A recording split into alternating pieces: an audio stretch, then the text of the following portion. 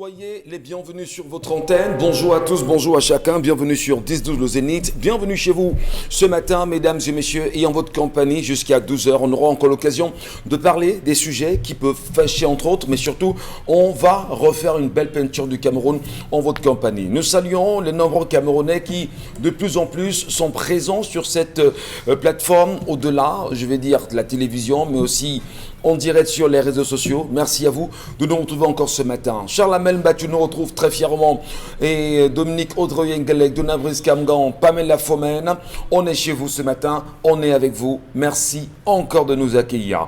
On a, comme vous le savez, de grands moments. Entre 10h et 11h, on va à la fois surfer sur l'histoire du jour que Dominique Audrey va devoir nous restituer. La colère qui sera exprimée par Charles Amel Mbattu, en espérant bien sûr vous lire et prendre vos nombreux avis sur ces questions qui seront développées. Merci d'aller soit vous abonner sur la page Equinox Télévision pour nous parler en direct ou encore nous écrire au numéro qui s'affichera au bas de l'écran. Dans la deuxième partie, on va, madame, messieurs, s'arrêter non seulement sur vos déclarations, mais surtout on tentera véritablement avec vous de surfer sur la toile. Que nous restitue la toile? Il y a beaucoup de choses qui se disent sur la toile et ce matin on se dit on va surfer un tout petit peu et on s'arrêtera sur des sujets majeurs. Merci à vous.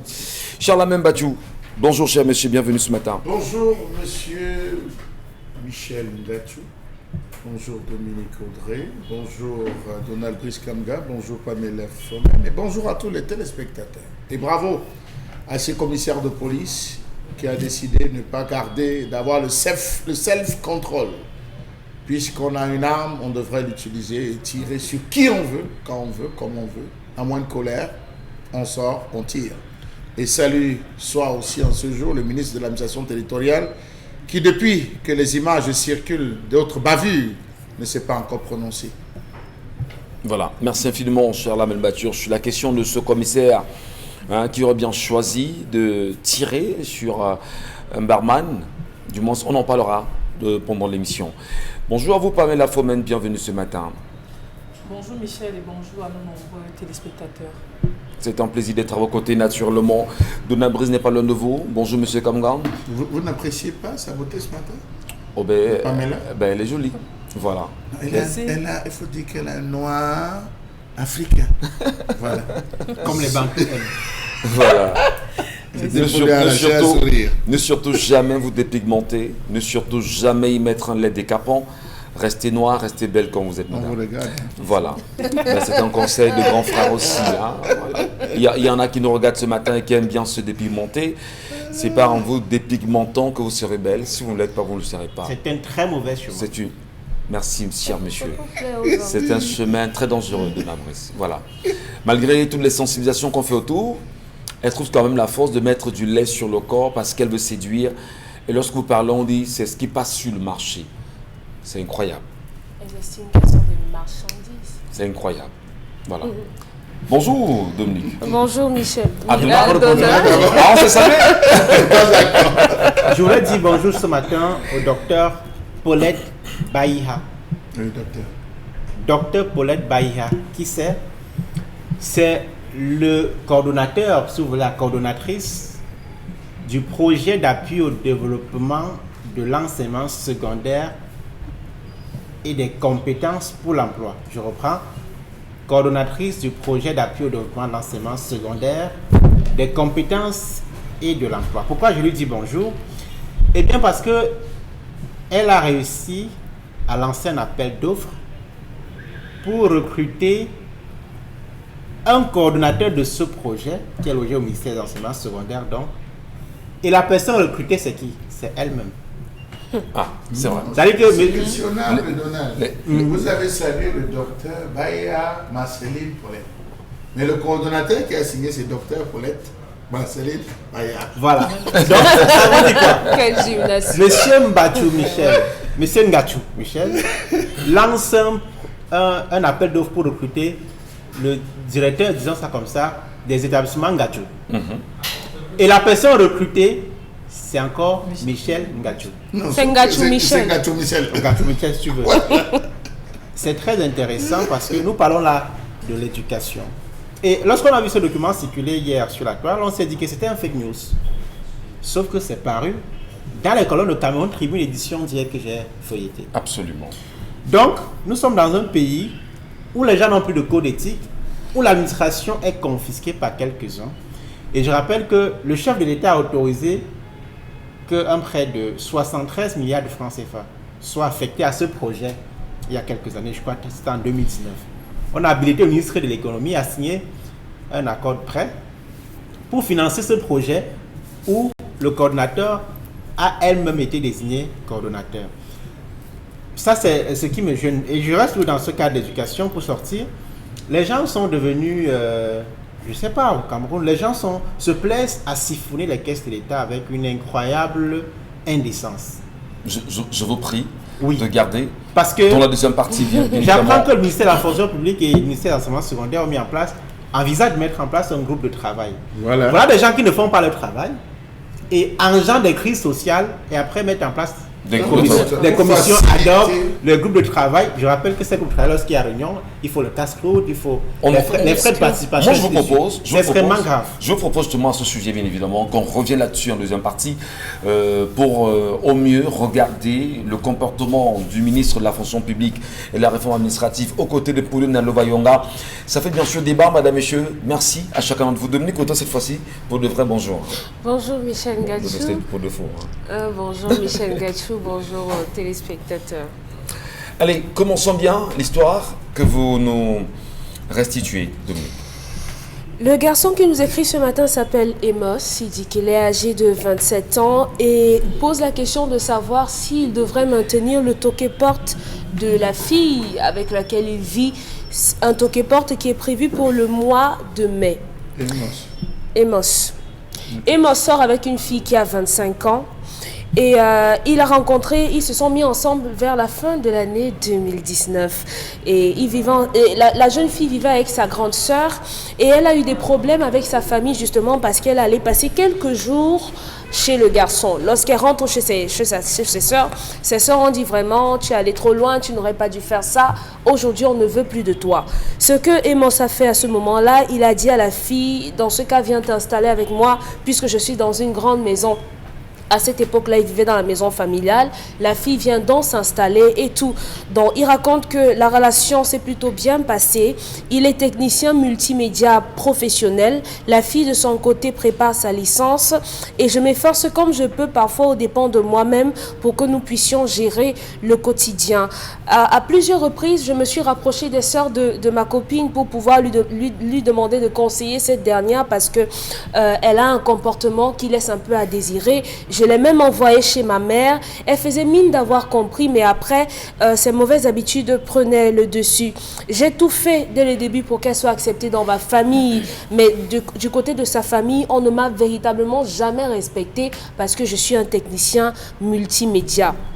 Elle sait cuisiner, elle sait prendre soin de la maison, elle a des idées pour pouvoir se faire de l'argent, elle est patiente car nous traversons des moments difficiles, mais elle ne sait pas traiter son homme, elle ne sait pas me parler. Moi, j'ai été élevée dans une famille où c'est l'homme qui doit subvenir aux besoins de la famille et en contrepartie, on doit lui donner du respect. Le respect, je ne l'ai pas. La seule chose que je reproche à cette femme, c'est qu'elle se laisse influencer par les coachs célibataires sur les réseaux sociaux qui disent qu'une femme doit être autoritaire, doit s'auto-assumer et ne laisser personne lui dicter sa conduite. Conséquence, à la maison, elle me ramène, ou du moins, elle applique ses conseils collectés sur la toile à la lettre. Elle a accouché d'un bébé prématuré, malheureusement, l'année dernière, qui n'a pas tenu longtemps. Et pendant les obsèques, sa famille s'est rendue compte de qui était véritablement mon père. Il faut dire que mon père est un homme d'affaires prospères et depuis lors, l'accueil a un peu changé du côté de sa famille. On m'accepte mieux. Moi, j'ai programmé le toquet-porte en début de mai, mais depuis que j'ai programmé ce toquet-porte, je vous assure, c'est insupportable à la maison. Tous les jours, elle pose des actes qui me mettent en colère. J'essaie de me retenir et de voir la situation de façon positive, mais chaque jour, c'est encore plus énervant. Donc, ce matin, je vous demande des conseils. Comment est-ce que je pourrais gérer cette situation? Est-ce que je dois repousser ce toquet-porte? Est-ce que je dois simplement l'annuler? Et comment faire lorsqu'on a ces coachs sur la toile qui dicte la conduite dans nos foyers? Voilà. Vous C'est pouvez très ajouter les important. interrogations qui vous On vous va- conviennent. on en parle encore ce matin et puis on espère que la jeunesse nous regarde véritablement, ces jeunes Camerounais qui sont certainement dans cette même dimension, qu'elle soit Et féminine aussi, ou masculine. voilà, hein. son deuxième problème, elle n'est pas ouverte à l'intimité. Je dois parfois me plaindre pour qu'elle se rappelle que ça doit faire sensiblement 2 semaines qu'on n'a pas voyagé ensemble. Parfois, je demande...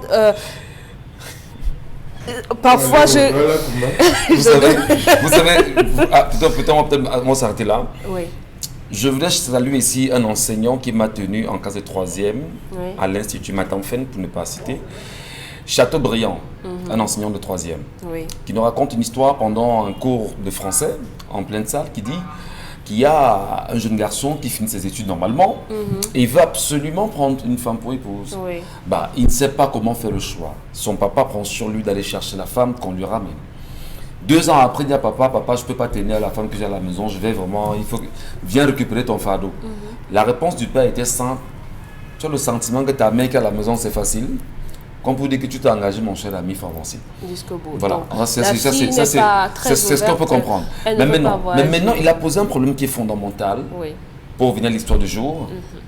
La place des coachs sur Internet aujourd'hui. Oui. Les coachs célibataires qui influencent les vies de couple aujourd'hui. Ils sont très nombreux sur Internet. Bonjour à vous, regardons-nous, parlons-nous ce matin. Est-ce que justement, il y en a parmi vous les dames, celles qui sont très proches. Il y a un coach là, coach Pat. J'oublie pas le nom. Thierry Pat. Thierry Pat. Thierry Pat. Voilà, parce que les femmes nous ont fumé avec ça sur Le Internet. côté obscur. On en parle ce matin. L'impact de ces coachings sur Internet dans les vies de couple. Comment comprendre cela aujourd'hui? On en parle de Nabris Kamgan. Cet impact-là, parce que ce qu'il traverse avec sa petite là, il va apprendre naturellement, hein, mais surtout, l'influence de ces codes-là dans les relations, c'est ça le problème fondamental, M. Kamgan. Entre eux. Commentaire. Il faut se séparer urgemment de cette fille. Je commence par là. Ça résout. Elle veut une solution, il veut une solution à son problème. Il faut se séparer de cette Donald. fille urgemment. J'insiste. Ouais. Qu'il se sépare avec cette fille urgemment. Ce n'est pas une fille épousable. C'est pas une fille épousable. Oui, c'est pas une fille épousable. Voilà un monsieur qui est technicien multimédia, c'est-à-dire qui a une formation qui lui permet de ne pas chômer, qui aura certainement un salaire conséquent à la mesure de sa formation, et qui est une fille qui se bat au quotidien pour construire une relation sérieuse avec une fille, et elle est sur les intoxications de la toile. C'est de ça qu'il est question. Une femme doit être autonome. Une femme doit avoir de la niaque. Être autoritaire. Doit gronder, Une femme d'être autoritaire. doit gronder son époux, doit gronder son conjoint, ne doit pas écouter ses préférences. Ça n'est jamais. Un homme n'a pas à me dire comment je m'habille, ce qu'il doit manger. S'il veut manger, il doit aller à la cuisine lui-même. S'il veut sortir, s'il ne veut pas sortir, il part seul. Bref, on forme des rebelles patentés. Et blesser le gars. Et Avec Internet. ça, c'est extrêmement gênant. Et je suis même surpris que le ministère Dans la promotion. de la promotion de la femme et de la famille ne se saisisse pas d'une telle question. Parce qu'il s'agit là de la formation de nos jeunes filles et sœurs. Ouais. C'est une question essentielle dans un pays sérieux. Ce niveau d'intoxication fait que certaines relations promises à de Bonjour. beaux avenirs finalement dérapent, se disloquent. Et c'est le cas de cette fille. Vous savez, même Simone de Beauvoir qu'on cite souvent comme l'une des plus grandes féministes de l'histoire de ce concept dans le monde, elle-même reconnaît qu'il ne faut pas envisager le débat sur l'angle de l'égalité homme-femme, mais de l'égalité des droits. Merci. Parce qu'en fait, il ne s'agit pas de se mesurer à l'homme. Et c'est ça justement qui trompe beaucoup de nos jeunes sœurs. Elles se disent que je dois être comme l'homme. Elles sont à côté de la plaque. Il s'agit de dire que si j'ai un master et qu'un homme a un master, il faut que ce soit possible que nous accédions au mon poste de responsabilité, à des postes de responsabilité que le master nous permet d'avoir. Mais la fille dit non, si l'homme porte le pantalon, il doit porter le pantalon. S'il mange le gésier, il doit manger. S'il vient à 1h, je dois venir à 3h du matin, et ainsi de suite. Elles ne comprennent rien du tout. D'accord. Et des plateformes se sont créées pour les dérouter, pour les intoxiquer. Elles sont devenues Accro. des fidèles inconditionnels de ces plateformes. Si elles sont donc devenues des rebelles, elles vont vivre seules. Malheureusement, elles vont déprimer. Attention, contrairement à ce que beaucoup disent et clament sur la toile, personne n'est vraiment heureux à vivre seul. Attention. Bah, Personne n'est vraiment heureux à vivre seul. Surtout pas les filles, surtout pas les femmes. Si elles sont devenues donc des insoumises, elles n'ont qu'à rejoindre Jean-Luc Mélenchon en France. D'accord. Merci infiniment, Donald Brice-Kamgang. On espère que les femmes qui nous regardent ce matin peuvent nous donner vraiment, on va dire, leur point de vue sur l'impact de ces coachs qui viennent en même temps leur faire ce qu'on appelle le coaching, motivation pour la vie de couple en réalité. Est-ce qu'on enseigne, est-ce qu'on apprend à travers les coachs, Pamela Fomen? Est-ce que les coachs sur Internet peuvent être des prétextes d'une vie heureuse que vous, femmes, vous engagez à votre conjoint? Est-ce que c'est les coachs en réalité qui sont devenus des écoles aujourd'hui de la vie de couple, madame? Ça dépend ce que vous recherchez au quotidien en regardant ces coachs. Moi, personnellement, je ne regarde pas. Ouais. Pas pour dire que je ne peux rien apprendre là-bas, mais ça ne m'intéresse pas ce qu'elles vont dire. Encore que ces coachs ne sont pas mariés, enfin, majoritairement. Elles ne sont pas mariées. Du coup, ce n'est pas ma cible. Elles ne m'intéressent pas. Moi, je suis contre Donald quand Donald dit que le jeune homme de 27 ans devrait automatiquement, bien urgemment, se séparer de la jeune fille. Non. Après, l'histoire ne nous révèle pas que la femme a été infidèle. Du tout. L'histoire ne nous dit pas que la femme rentre très tard la nuit ou alors passe la nuit dehors et revient le matin s'occuper de son mari. Non. Elle peut représenter un danger aussi. À force de faire le bras de fer avec une fille qui ne mérite pas. Voilà, elle peut représenter un danger pour l'homme pour l'avenir quand même. Non, pas forcément. Hein? Il se plaint de son comportement, il estime qu'elle ne sait pas s'y prendre, du moins elle s'y prend bien à la maison, mais elle est nue, elle ne sait pas lui est parler. mariée. Elle n'est pas compétente et autres. Elle refuse. Vous pensez qu'il y a une chance? Elle est dans une duel avec l'homme. Voilà. Allons-y Pamela. Argumentez. On a pour coutume de dire que on a pour coutume de dire que l'homme c'est le ventre et le bas ventre. Ouais. La femme est déjà ok sur le côté ventre, mais côté bas ventre c'est un problème pour son mari. Et son mari estime que c'est parce qu'elle est plus consacrée au coach sur les réseaux sociaux. Peut-être c'est pas le cas, parce qu'on montre également l'influence de sa famille. Parce que la famille se rend compte que l'homme vient d'une famille un peu aisée, on commence à considérer l'homme. C'est-à-dire qu'à un niveau, la famille est beaucoup responsable. Ils sont les coachs et autres. Si la femme veut se détacher de ses coachs sur les réseaux sociaux, elle va le faire naturellement. Parce que sa famille est beaucoup dans sa relation. Alors, sa famille est très impliquée dans sa relation. Bien sûr. Vous estimez que l'homme devrait lui donner une chance Oui, il peut, comme il a proposé, de rester à ses côtés? Oui, pas la date qu'il a prévue pour la dot, bien le mariage, qu'il repousse la date, qu'il pose des conditions. Je pense même également que ce monsieur il n'a pas posé les règles de la relation au départ. Il n'a pas posé les règles. C'est-à-dire qu'au départ, il a accepté certaines choses de sa copine. Aujourd'hui, il se retrouve dans une situation pareille. S'il avait dit à sa copine que, ok, chez moi, ça ne doit pas se passer comme ça, comme ça, comme ça, je pense qu'il ne devait pas arriver à ce niveau. Et sa famille ne devait pas autant s'impliquer dans sa relation comme présentement. Puis là, il est coincé parce qu'il ne sait pas si, admettons qu'il interdit sa femme de se connecter sur les réseaux sociaux en écoutant ses coachs, il ne va pas résoudre le problème. Il ne peut non plus demander à sa femme de ne pas discuter ou alors entretenir des bonnes relations avec sa famille. Ça devient un problème. Qu'est-ce qu'il va faire? Voilà. Donc il laisse le temps, qu'il met sa femme à une épreuve, je ne sais pas quoi, qu'il donne du temps, mais qu'il ne se sépare pas de cette femme. Elle est encore récupérable. Alors justement, lorsqu'une femme choisit, je vous me permettrai si elle fait une fixation sur les coachs, choisit de suivre les coachs sur Internet que de suivre sa maman ou ses mamans, ou des mamans qui ont quelque chose à apprendre aux enfants, comment ne peuvent-elles pas détecter les vraies enseignantes de celles qui sont célibataires sur les réseaux sociaux et qui nous en fument en longueur de journée? La réalité, c'est que les filles ont du mal à se confier à leur maman ou à leur sœur. Elles préfèrent aller contacter les coachs des réseaux sociaux de manière anonyme. Elles racontent leurs problèmes. Plutôt que d'aller voir leur mère et leur dire que maman, voilà ce que mon mari me fait. Peut-être, je dis n'importe quoi, peut-être avec le temps, sa mère va lui dire que ton mari, là, vraiment, je comprends même plus ma tête sur lui. Avec tout ce qu'il te fait, tu restes toujours. Pourtant, au coach, elle va aller exactement ce que son mari lui fait à la maison, que mon mari est comme ça. Mais elle ne dit pas son nom. Je me dis qu'à un moment donné, les parents aussi ne sont pas très ouverts avec les enfants pour leur permettre de dire ce qu'ils ressentent dans leur relation. Est-ce qu'à un moment donné, on ne peut pas en vouloir aux filles qui ne sont plus disposées à écouter parce que les parents sont là, sont présents pour un enseignement permanent jusqu'au soir de leur vie? Est-ce qu'on va dire justement qu'il y a des filles qui ne sont plus promptes à écouter et à intégrer les valeurs que l'on leur enseigne? Oui, ça existe encore, non? Ça existe, ça dépend dans quelle famille vous avez déjà grandi. Parce que si vous avez grandi dans une famille monoparentale, vous n'aurez pas la même éducation qu'une personne qui a grandi avec son père et sa mère et qui n'a eu qu'un seul recours sur sa mère. C'est-à-dire que si elle a eu un problème, la seule personne à qui elle veut parler, c'est sa mère plutôt que sa copine.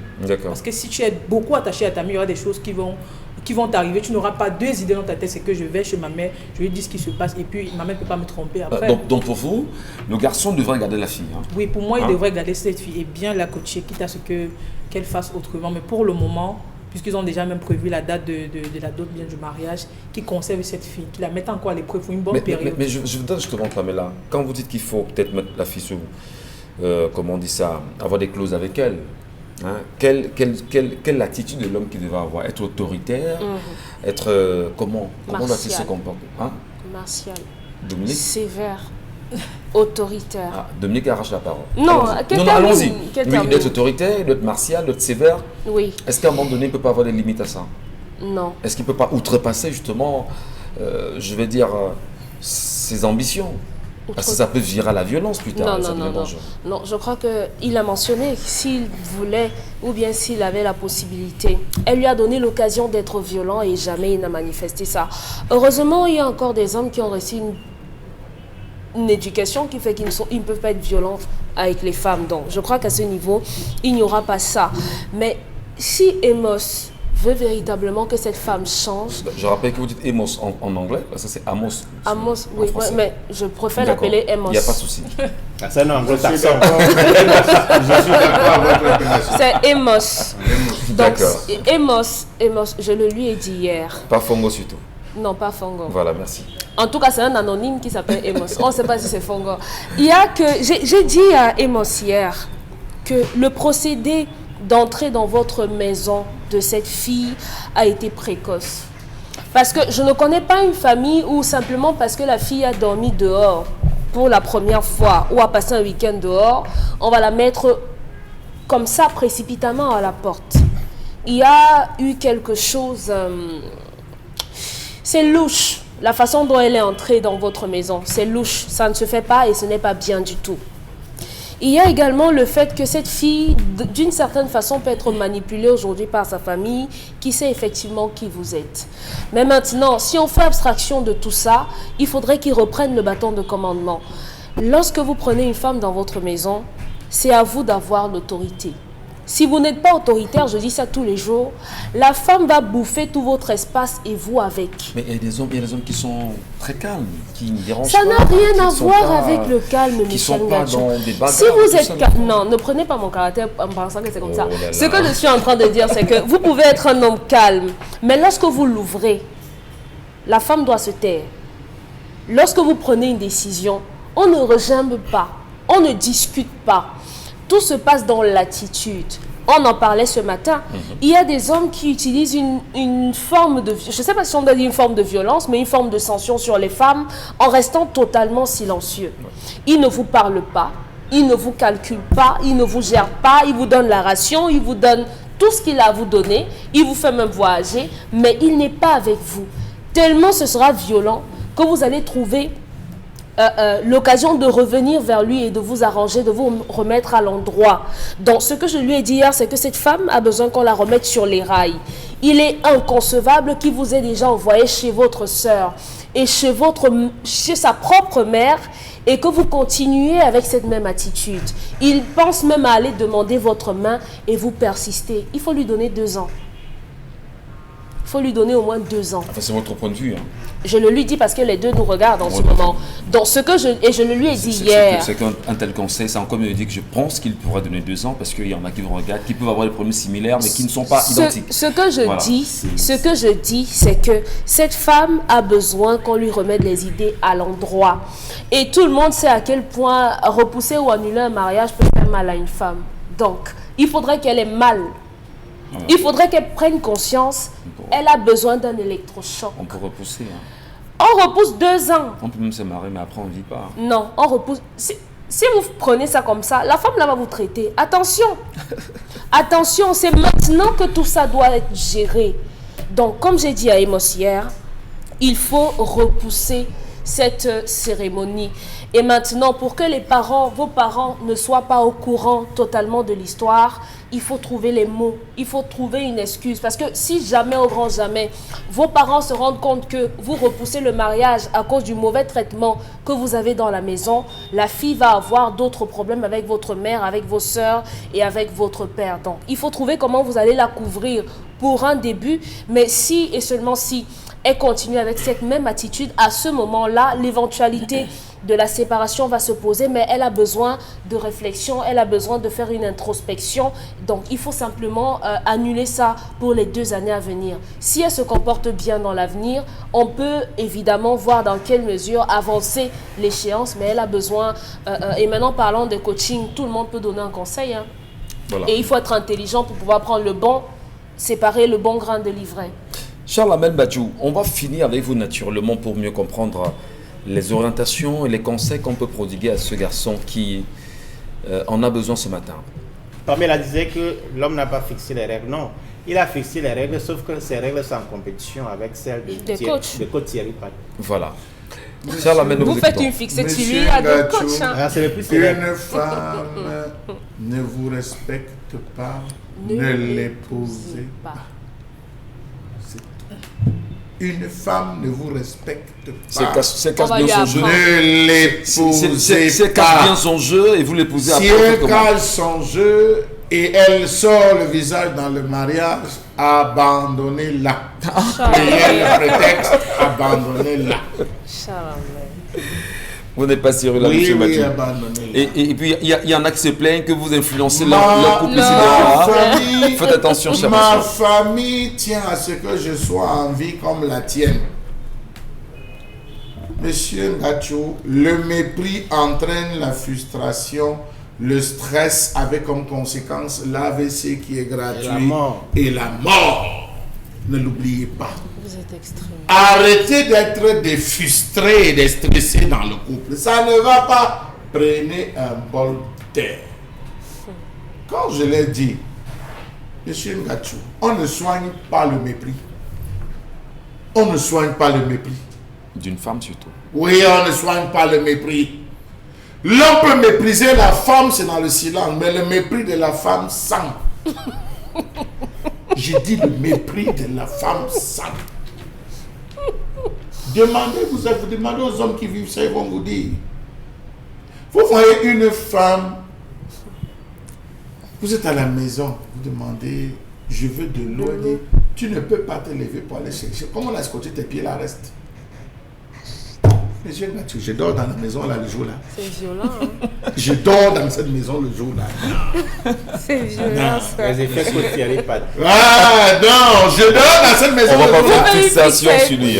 Monsieur Les Gadjou, filles sont abonnées à cette page. la femme a 3 choses importantes. Le jour qu'elle vient dire j'ai un homme, sa mère lui dit souviens-toi de tout ce que je te disais à la cuisine. Tu as vu comment je vivais avec ton père. Je ne serai pas là le jour que tu vas dire oui. Rarement on a accusé la mère. Oui, dans le choix, parce que la mère dit oui au père, aux parents. La mère, tu prends le gars, oui. On ne pose même pas la question au gars, à la fille, oui. Elle ne dit pas au gars, c'est toi, elle dit oui, je pars. C'est mon sorcier, je pars. Le gars a le droit de faire la valise de la femme. La valise que moi je fais, si j'ai mis taille basse, c'est taille basse que tu portes. Si j'ai mis longue robe, viens jouer avec une courte robe, je vais te dire, madame, Souviens-toi de ce que j'avais mis dans ta valise. Vous entendez ce rire? C'était un mépris à mon endroit. Ça, c'est du mépris.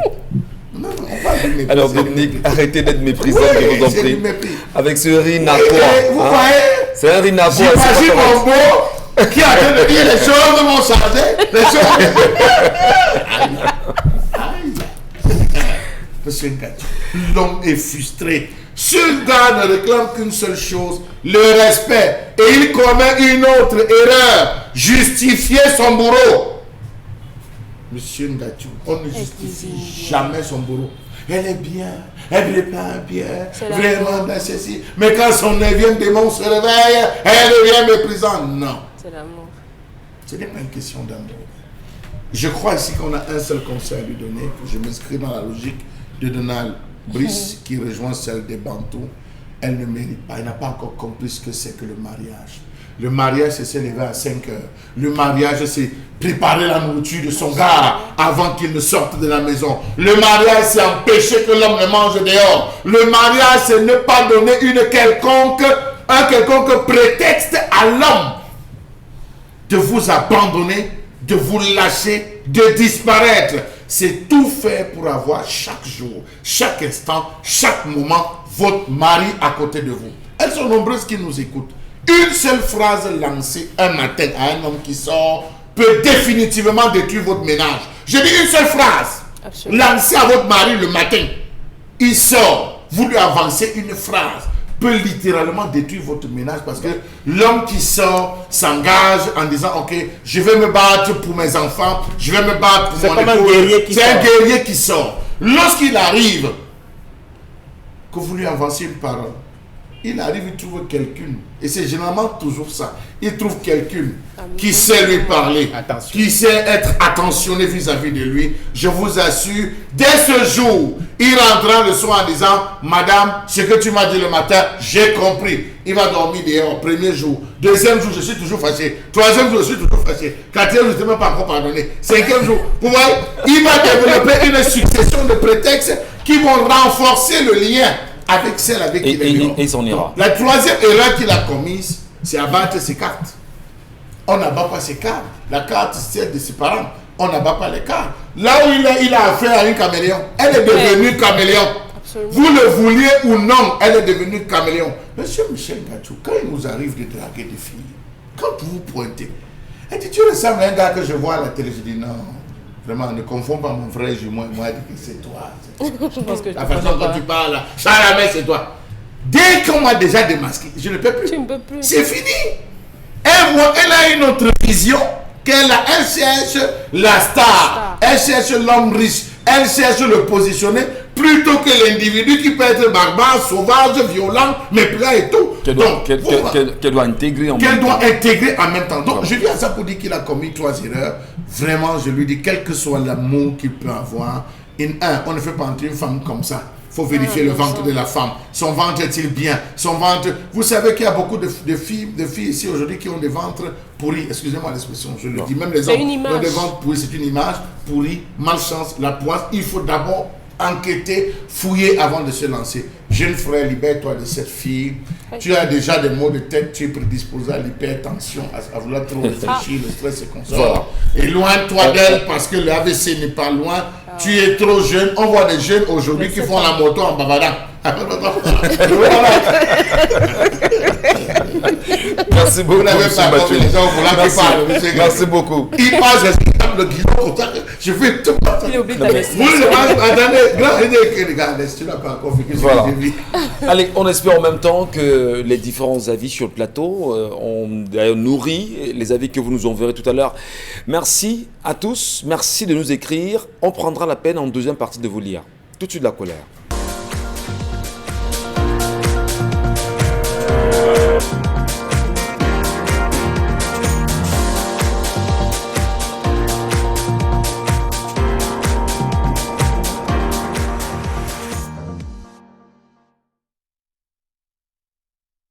Ce jour sur la question des multiples blocages observés dans l'implémentation du projet de loi visant à doter le monde rural d'une assurance et risque au Cameroun. Ce projet a été déposé à l'Assemblée nationale. Va-t-il passer? Ont-ils examiné les contours? Comment comprendre que ce projet de loi visant à doter le monde rural d'une assurance et risque arrive au moment où les agriculteurs sont tous fatigués, où les agriculteurs ont vendu toutes leurs propriétés, leurs domaines à ceux qu'on considère comme des élites? Et qu'à ce jour, c'est les élites qui, parce que trempées au sein du sérail, se retrouvent à dire en ce moment, on a besoin d'un projet de loi visant à doter le monde rural d'une assurance et risque. Est-ce possible et quels en seront les contours?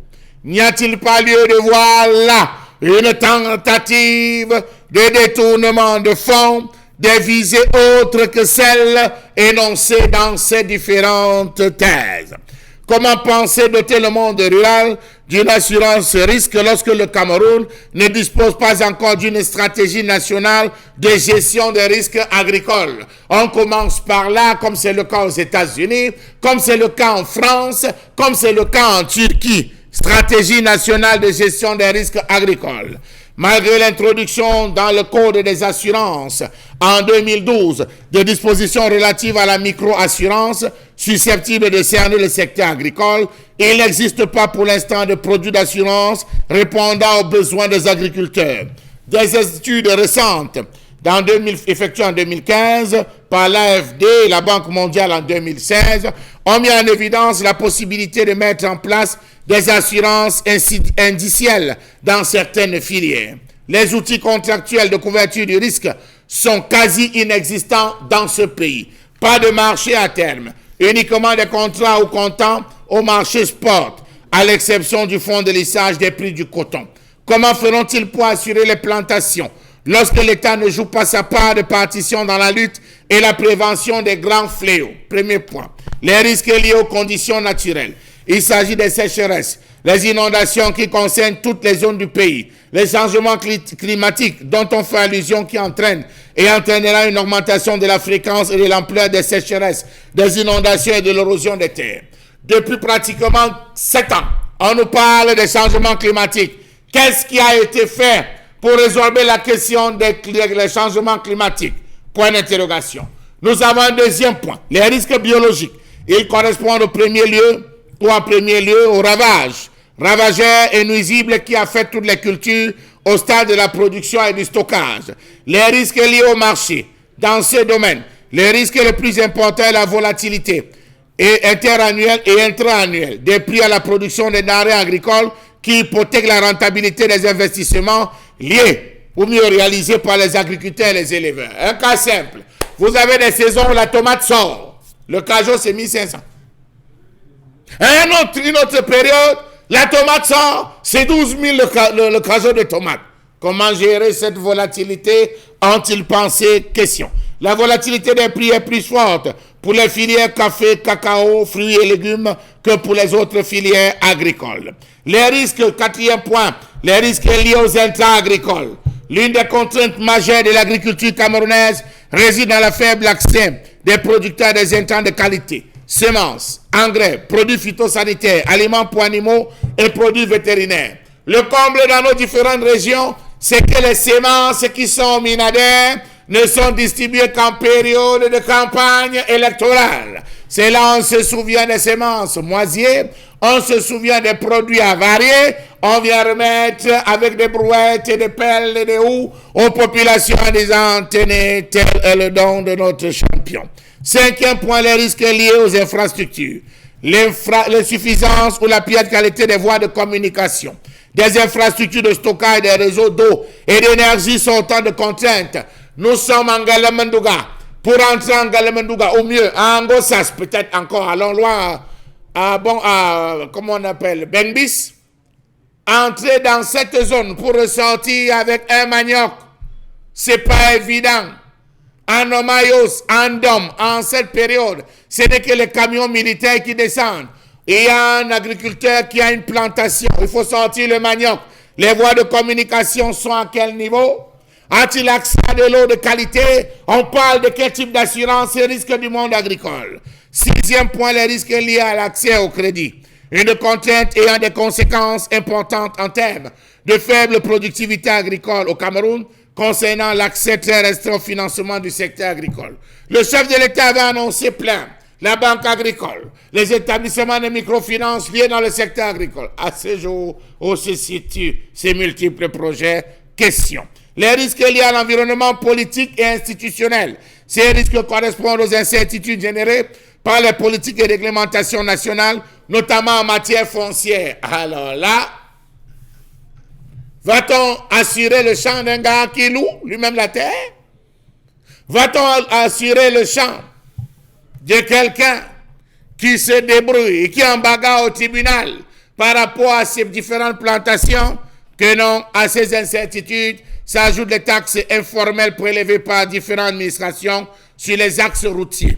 Par ailleurs, le nord et l'extrême nord du pays, les populations sont confrontées à ce problème. Les transporteurs nous ont fait savoir cela il n'y a pas quelque temps. Sortir, lorsque vous réussissez le transport, les contrôles routiers avalent une partie. Comment donc on pourra s'en sortir? Comment parler d'assurance et risque dans le monde rural lorsqu'on n'a pas encore géré les contentieux organisés par l'inventaire des outils de la gestion des risques agricoles? Le Cameroun possède plusieurs systèmes d'information spécifiques à certaines filières qui ont démontré leurs limites. Sur les marchés agricoles du Cameroun, ensemble des systèmes d'information confrontés à une insuffisance de ressources, limitant de fait leur efficacité et l'accès des acteurs économiques aux données. À ce jour, on n'a pas réussi à assurer la gestion du risque lié à la mauvaise qualité des semences parce qu'on a appliqué de manière incomplète avec certains opérateurs peu scrupuleux qui en tirent profit. En matière de protection des végétaux, comme en matière de surveillance épidémiologique des animaux, le Cameroun possède et dispose d'un cadre réglementaire assez complet et des services techniques implantés mais inefficaces sur tout le territoire. Services techniques de la direction de la réglementation et du contrôle des qualités des intrants et des produits agricoles et la brigade du projet de lutte contre les grands fléaux des vivriers. Ils sont où sur le terrain? On les cherche. Pour lancer cela, il faudrait qu'on réactive les postes agricoles. Dans chaque village, il y a un poste agricole, mais dont la porte est fermée, devenu le dortoir des chèvres qui, ça et là, disséminent leurs excréments. Il faut donc dire qu'on se retrouve à ce stade dans un embarras. Et si au fond, ce projet de loi ne visait qu'à aider ces barons de Yaoundé, qui sont devenus les propriétaires de toutes les parcelles de terre dans les villages, à avoir encore plus d'argent, plus de moyens, plus de protection pour garantir à leur descendance une aisance à nulle autre pareille. Merci infiniment, M. Mbatoucher Lamel, sur ces questions, cette question profonde, propre au monde rural aujourd'hui, interpeller les Camerounais qui nous regardent dans ce qu'on appelle vulgairement. Non. Sur la table. Oui, justement, puisqu'on en parle ce matin, il est important que ceux qui nous regardent dans ce qu'on appelle vulgairement l'arrière-pays, qu'ils soient au courant de cette situation. Donc ça veut dire que si vous nous regardez, vous qui êtes dans, entre guillemets, le monde rural, dans les villages, hein, même ici dans les grandes villes, il faut bien écouter ce qui va se dire sur cette question. Des multiples blocages, je reprends bien sûr la thématique, des multiples blocages observés dans l'implémentation du projet de loi visant à doter le monde rural d'une assurance risque au Cameroun. Ça peut être compliqué pour certains. Ça veut dire désormais qu'il faut penser à assurer ceux qui sont des producteurs locaux, c'est-à-dire vous avez des plantations, vous produisez et l'État trouve le moyen de vous accompagner, mais surtout d'assurer tout risque de perte de tout ce qui va aller avec à votre niveau. Maintenant, l'objectif c'est justement de se dire il faut encourager les producteurs, il faut encourager les agriculteurs, il faut encourager l'agriculture au niveau national. Donald Brice-Kamgan, en faisant le lien aujourd'hui avec les politiques agricoles, on va dire, qui sont calquées en France, pour beaucoup, et en regardant ce qui est appliqué au Cameroun, sur un projet de loi comme celui-ci, porté sur les questions d'assurance, croyez-vous justement que ce sera de sitôt au Cameroun? On comprend déjà même les premières implémentations pour arriver à ce projet aujourd'hui? Il y a plusieurs interrogations qu'on pourrait effectivement formuler lorsqu'on entend l'intention du gouvernement de mettre en place une mutuelle d'assurance orienté vers le monde rural. Je rappelle que ce projet de loi a été adopté au Parlement pendant la session qui est achevée et il a été défendu par le ministre des Finances. La mutuelle panafricaine des risques a été mise en place en 2012 comme instrument spécialisé de l'Union africaine pour préparer, planifier les interventions dans le monde rural. Ça signifie couvrir, par exemple, avec une assurance, les risques de catastrophes comme les inondations, les sécheresses, les vents violents qui détruisent les plantations et les exploitations agricoles. Sur le principe, c'est une bonne chose puisque on sait que les risques de catastrophes naturelles avec les changements climatiques sont de plus en plus importants. Et d'ailleurs, les prévisions des Nations Unies, les institutions spécialisées sur les questions climatiques des Nations Unies sont assez pessimistes sur le sujet parce que vous savez qu'on est en Afrique centrale et on sait que dans les prochaines années, le taux de croissance de la température va se situer autour de 2% parce que nous sommes un peu mal situés par rapport au globe, dans le globe. Et nous ne sommes vraiment pas outillés pour faire face à ce réchauffement de la planète. Parce que nous sommes pas... sur les questions d'outils, puisque vous avez fait une fixation sur le climat et le réchauffement climatique qui avance à grands plats aujourd'hui, et les conséquences en matière de productivité agricole en Afrique centrale, notamment au Cameroun, pour revenir sur le Cameroun.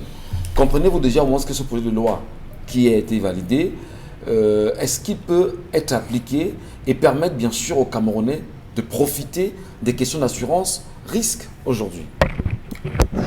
Je disais que nous sommes dans un environnement où les questions climatiques sont des questions prégnantes et donc on ne peut pas vivre en les ignorant. Comme je vous expliquais, le taux de croissance de la température va être de 2%, je crois, dans les 15 prochaines années, si mes données sont exactes. Et nous n'aurons pas vraiment d'outils pour faire face à ça, parce que vous savez que nous sommes en Afrique centrale et donc dans le bassin du Congo, c'est-à-dire le deuxième plus grand massif forestier du monde après l'Amazonie. Et donc cette situation fait que nous sommes vulnérables parce que les données satellitaires ne sont pas très précises sur les prévisions. On est souvent réduit à faire quelques prévisions sur la semaine, sur le mois, sur les saisons. On n'a pas de données météorologiques claires sur les 5, 10, 30 prochaines années. Ça veut dire quoi? Ce projet de loi vient s'imposer sans que des questions de météorologie ne soient réglées. À quoi donc ça sert justement de l'imposer maintenant sans avoir préalable résolu ces questions urgentes? Il faut un dispositif de financement du monde agricole, mais le premier obstacle sera effectivement le fait que on n'a pas d'outils de financement du monde agricole. Et donc, le découragement s'est installé. Les gens sont partis des campagnes, c'est-à-dire ceux qui pratiquent l'agriculture sont partis pour la plupart des campagnes pour les villes. Et parce qu'il n'y a pas de banque agricole, notre banque agricole a fait faillite depuis belle lurette et on n'a pas pensé à un nouvel instrument de financement du monde agricole. Il n'y a pas vraiment d'outils de financement. Ce qui fait que ceux qui sont dans le monde rural sont des brouillards entre guillemets. Le deuxième obstacle, ce sera le manque d'une culture forte de l'assurance. Contrairement à certains États africains où le taux de pénétration de l'assurance est très élevé, au Cameroun, on a encore autour de 2% de taux d'assurance. Parce que lorsque vous dites de s'assurer, ils pensent que c'est un peu les dépenses de trop, puisqu'ils n'ont pas déjà, en termes de pouvoir d'achat, les gens sont pauvres. Et donc, mettre l'argent, je prends un exemple, pour l'assurance maladie par exemple, je crois c'est autour de 100 000 francs l'année. Et donc, les gens estiment qu'investir ces ressources-là, 100 000 francs le mois, pardon, investir plusieurs millions de francs CFA sur l'année pour la santé, c'est un peu trop, puisqu'il faut manger, il faut s'habiller, il faut se soigner. Et donc, à raison de ce niveau de vie, les gens ne sont pas en train Donc, la question des risques aujourd'hui. Donc, c'est un secteur qui est innovant, sur lequel il n'y a pas encore vraiment beaucoup d'études. Les études ne sont pas encore assez affinées pour savoir quels sont les besoins. Mais de façon empirique, on sait que le monde rural aujourd'hui est dans un état piteux. Le délabrement, le découragement, l'exode vers les villes font que finalement, on se demande très bien ce que nous allons assurer. Merci bien. Dominique Audrey, lorsqu'on regarde, je vais dire, les motivations gouvernementales, l'encouragement gouvernemental, la naissance des GIC, tout ce qui va avec le développement de l'agriculture dans le monde rural aujourd'hui, comprenez-vous la place d'une assurance risque? Ça vient à point nommé ou pas? C'est la question est un peu difficile. Au vu des réalités. Oui, lorsqu'on décide de s'investir dans un champ, dans une plantation, c'est une entreprise à part entière parce qu'on se dote d'une terre, on se dote de semences, on se dote d'engrais, on se dote de main-d'œuvre, parfois d'un certain nombre d'outils pour pouvoir faire fonctionner ou bien faire vivre le champ. Donc c'est une entreprise à part entière. Et lorsqu'on parle d'entreprise, on a besoin d'assurance. C'est un peu comme un véhicule. Au cas où vous avez un accident, il faudrait que l'assurance puisse venir gérer ou bien gérer les factures pour cet accident-là. Donc à la base, l'assurance agricole, c'est une très bonne chose. C'est une très bonne chose, mais l'implémentation sur notre terrain sera un peu compliquée dans la mesure où on ne maîtrise pas encore la météorologie. On ne maîtrise véritablement pas la météorologie. Regardez par exemple cette année, à quel moment est-ce que les pluies sont arrivées et à quel moment elles sont arrivées l'année dernière. D'aucuns se seraient attendus à faire le maïs plusieurs mois avant cette période où les pluies ont commencé à tomber, mais les pluies sont venues en retard. Vous voyez que on ne sait pas à quel moment précisément pour l'année on pourra commencer à ensemencer le sol, à quel moment on pourra avoir la récolte, à quel moment on pourra avoir le rendement et tout et tout. Lorsqu'on parle d'assurance, assurer les champs ou bien assurer les plantations, c'est donner la possibilité aux agriculteurs d'avoir accès à certains crédits. Parce que oui, j'ai mon champ, donc j'aurai de quoi produire, j'aurai de quoi vous rembourser. Vous avez la possibilité de me donner un crédit.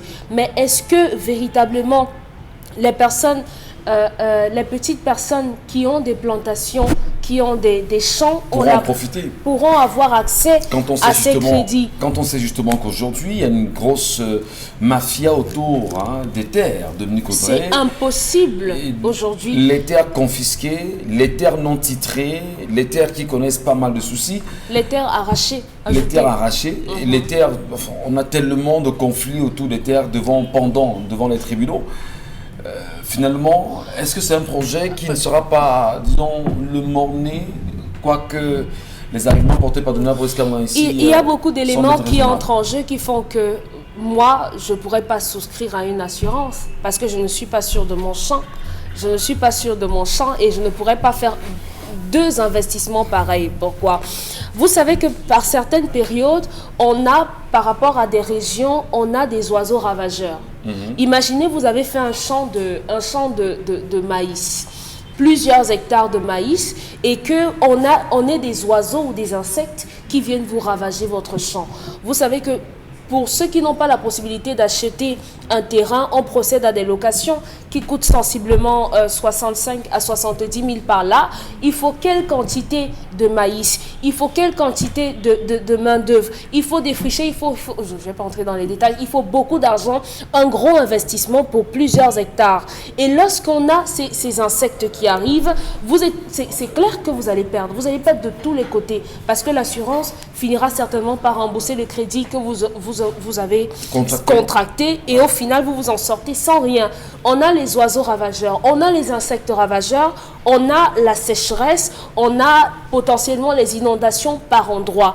Est-ce qu'on nous a dit par exemple que dans les zones où on cultive le riz, on sait qu'à telle période, je dis n'importe quoi, de juillet à juin, on pourrait avoir une invasion d'insectes et à ce moment précis, voici la méthode que le gouvernement va mettre en place. Parce que, regardez, en Inde, on vous dit qu'il y a quasiment 25 millions de personnes, de producteurs qui ont bénéficié d'une assurance. On vous dit que ça a été implémenté au Burkina Faso, ça a un peu marché au Nigeria, ça a marché au Rwanda. Mais ici, chez nous, on ne vous dit pas comment est-ce qu'on va gérer pour que les producteurs puissent s'en sortir, et seulement avec l'assurance et avec l'accompagnement de l'État. Donc, si on ne met pas les bases, si on ne nous garantit pas que, oui, prenez des champs, investissez, cultivez, on va vous aider, à aucun moment on ne pourra contracter une assurance. Seulement les filets pour attraper les oiseaux avaient été promis dans un programme spécial du Binader pour arrêter les oiseaux migrateurs. Les filets, les longs filets pour protéger les champs.